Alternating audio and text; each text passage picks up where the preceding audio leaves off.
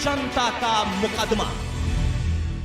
दोस्तों, पिछले 3 हफ्तों से हम मुकदमा लड़ रहे हैं कि कश्मीरी हिंदुओं के कातिलों को फांसी होनी चाहिए। 14 मार्च से मैं एक ही आवाज उठा रहा हूं, ये शो आपके साथ मिलकर यही आवाज उठा रहा है कि यासीन मलिक को हैंग किया जाए, बिट्टा कराटे को हैंग किया जाए। आज member of parliament, senior leader of the Bharatiya Janata Party and former deputy chief minister of Bihar Sushil Modi ji ने यही बात पार्लियामेंट में कही है कि कश्मीरी हिंदुओं के कातिलों को सख्त से सख्त सजा मिलनी चाहिए, जिससे कि कोई और इस तरीके का सोच भी नहीं सके। और मेरे साथ लाइव सुशील मोदी जी इस एक्सक्लूसिव इंटरव्यू पे जुड़ रहे हैं। सुशील मोदी जी, 8 बजे के सबसे ज्यादा देखे जाने वाले शो में मेरे साथ जुड़ने के लिए धन्यवाद।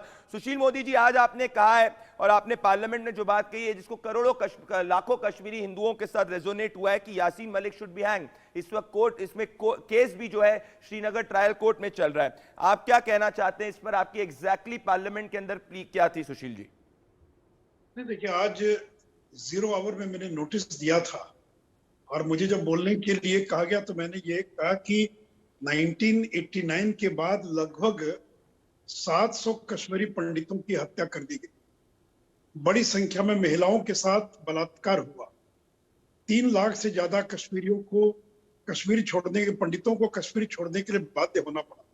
उनकी संपत्ति को जब्त कर लिया गया। और मैंने 3 बड़ी घटनाओं का जिक्र किया जो बड़े मैसेकर हुए थे, जिसके अंदर और कहीं 27 लोग, कहीं 24 लोग, कहीं 7 लोग जो मारे गए थे। संग्रामपुरा था और भी जो 2 जगह थी। मैंने उन सारे जगहों का नाम कोट करते हुए कहा कि किस तरह से बच्चों को, महिलाओं को घरों से निकाल कर उनकी गोली मारकर हत्या कर दी गई थी।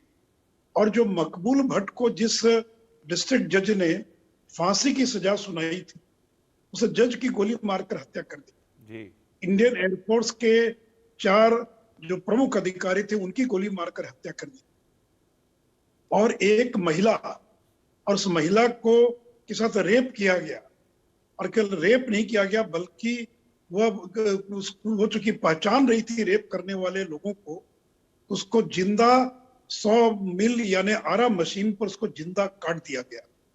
जो प्रेमी जी थे, जो बड़े साहित्यकार थे, जिन्होंने कश्मीरी भाषा में भगवत गीता और गीतांजलि का अनुवाद किया, जो डायरेक्टर थे लसा साहब दूरदर्शन के, ऐसे तमाम घटनाओं का मैंने जिक्र किया। सुशील जी, आपने मकबूल भट्ट की बात की। जी सुशील जी, आपने मकबूल भट्ट की बात की। जी, उसको मारने वाला बिट्टा कराटे ने अपने इंटरव्यू में कहा था कि सबसे पहले उसने मारा था तो सतीश टीकू को मारा था, क्योंकि वो आरएसएस का वर्कर था। और वो बिट्टा कराटे की हैंगिंग की हम बात। जी, आज ही मैंने कहा कि बिट्टा कराटे ने तो एक टीवी इंटरव्यू में स्वीकार किया कि मैंने 20 पंडितों की हत्या की है। तो चाहे वो बिट्टा कराटे हो, यासीन मलिक हो, तो मैंने ये कहा कि यद्यपि ये 32 साल पुराना मामला है, लेकिन क्राइम कभी मरता नहीं। क्राइम, जो अपराध जो है, वो कभी खत्म नहीं होता है। और सिख विरोधी जो दंगे हुए थे, उसके मामले हाल तक हाईकोर्ट जो है वो एफआईआर पर कार्रवाई करने का आदेश देता रहा। जी, तो मैंने कहा कि 200 से ज्यादा एफआईआर दर्ज हुआ, लेकिन चार्जशीट दाखिल नहीं हुई, अधिकांश में ट्रायल प्रारंभ नहीं हुआ, और किसी को सजा मिलना तो दूर की बात है। तो यासीन मलिक हो या बिट्टा जैसे लोग हों, जिनके खिलाफ स्ट्रॉन्ग एविडेंस है, इसलिए स्पेशल इन्वेस्टिगेशन टीम का गठन किया। Sushil ji, we are running the longest campaign on television. 14 मार्च से हम यही मुहिम को उठा रहे हैं। कश्मीर फाइल्स की स्टारकास्ट जुड़ी, काफी सीनियर लीडर्स जुड़े। इस वक्त बिट्टा कराटे और यासीन मलिक टेरर फंडिंग के केस में अंदर है। अभी सतीश टीकू की फैमिली आई है बाहर, जो पहली फैमिली है कश्मीरी विक्टिम जो है, जिनने बिट्टा कराटे के खिलाफ डिस्पोज किया है श्रीनगर कोर्ट में। क्या विक्टिम प्रोटेक्शन को भी देना चाहिए? क्योंकि इस वक्त एक ही फैमिली जो है वही बाहर आई है बिट्टा कराटे के खिलाफ, क्योंकि इस वक्त जितना भी केसेस चल रहे हैं कश्मीरी हिंदुओं के खिलाफ, जो हुआ नरसंहार है, उसमें सिर्फ एक ही फैमिली आई है। सुशील मोदी जी, नहीं, देखिए, ऐसा है कि इसलिए मैंने कहा कि ट्रायल कश्मीर के बाहर हो, और जो नया एफआईआर लॉन्च करना हो, नया एफआईआर लॉन्च किया जाए। जो एफआईआर हुआ उसको रीओपन किया जाए, री इन्वेस्टिगेट किया जाए। जो गवाह, उनको तो पूरा प्रोटेक्शन देना पड़ेगा। और देखिए, जो लोग कहते हैं कि 32 साल पुराना मामला हो गया, मैं आपको बता दूं कि बिहार के अंदर 89 के अंदर हिंदू मुस्लिम राइट्स हुए थे जी। और उस मामले में कामेश्वर यादव एक्यूज था, जो कि राजद के जमाने में छोड़ दिया गया। हम लोग ने 30 साल के बाद उस केस को रीओपन कराया और उसको सजा दिलवाने का काम किया। तो इसमें दुनिया में पार्लियामेंट क्या कर सकती है सुशील जी? आखिरी सवाल मेरा, पार्लियामेंट क्या कर सकती है आपके हिसाब से? What can the parliament do in this? नहीं, पार्लियामेंट तो देखिए, मैंने तो सरकार से अपील की, पार्लियामेंट में रेज किया है जी कि एक एसआईटी का गठन किया जाए और ये उपयुक्त तो मौका है, समय है। 370 खत्म हो गया, लोगों में पहले की तुलना में दहशत कम हुई है, टूरिज्म बढ़ रहा है, नॉर्मेलसी की हम बढ़ रही है, ठीक समय है।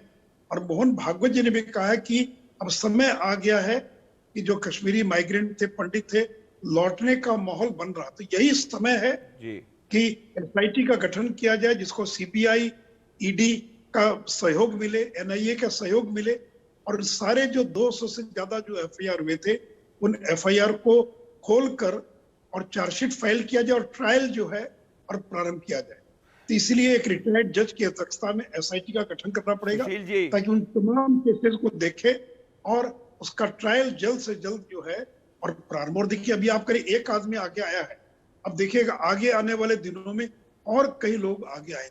सुशील तो जी, सिलसिला प्रारंभ हो। मैं आपका जी। सपोर्ट चाहता हूं इस मुहिम में। सुशील जी, ये मुहिम बहुत बड़ी हमने चलाई है, मैं चाहता हूं आपका सपोर्ट हो इस हैंग बिट्टा कराटे मुहिम में। सुशील जी, मैं पूरी मदद करूंगा और इसलिए मैंने उठाया। 3-4 दिनों से मैं लगा था और मैं वेंकैया नायडू जी को धन्यवाद देना चाहूंगा कि आज उन्होंने मौका दिया और आज पूरे देश भर के मीडिया ने इसको जोरदार तरीके से उठाया है। और मुझे लगता है कि अगर दबाव बनेगा तो निश्चित तौर पर सरकार कोई ना कोई एसआईटी का गठन करके बिल्कुल सुशील सारे जी, मामले को रिओपन कराकर कार्रवाई करेगी। बिल्कुल। और मैं और आप, हम तब तक नहीं रुकेंगे जब तक कश्मीरी हिंदुओं के कातिल जो है उनको फांसी ना हो जाए, उनके साथ कठोर से कठोर पनिशमेंट ना हो। मेरे साथ आप जुड़े सुशील मोदी जी का काफी अच्छा लगा। काफी कश्मीरी हिंदू जो है इसको देख रहे थे और देश की जनता देख रही थी। सुशील मोदी जी, मेरे साथ जुड़ने के लिए बहुत बहुत धन्यवाद। शुक्रिया सुशील जी। दोस्तों, आपने देखा किस तरीके से 14 मार्च से जो हमने मुहिम चलाई, वो मुहिम आगे बढ़ती जा रही है। मैंने आपको वादा किया तो वापस से कमिटमेंट कर रहा हूं, जब तक प्योर जस्टिस नहीं मिलेगा हम रुकेंगे नहीं, हम प्रेशर बनाते रहेंगे और आवाज उठाते रहेंगे। दोस्तों,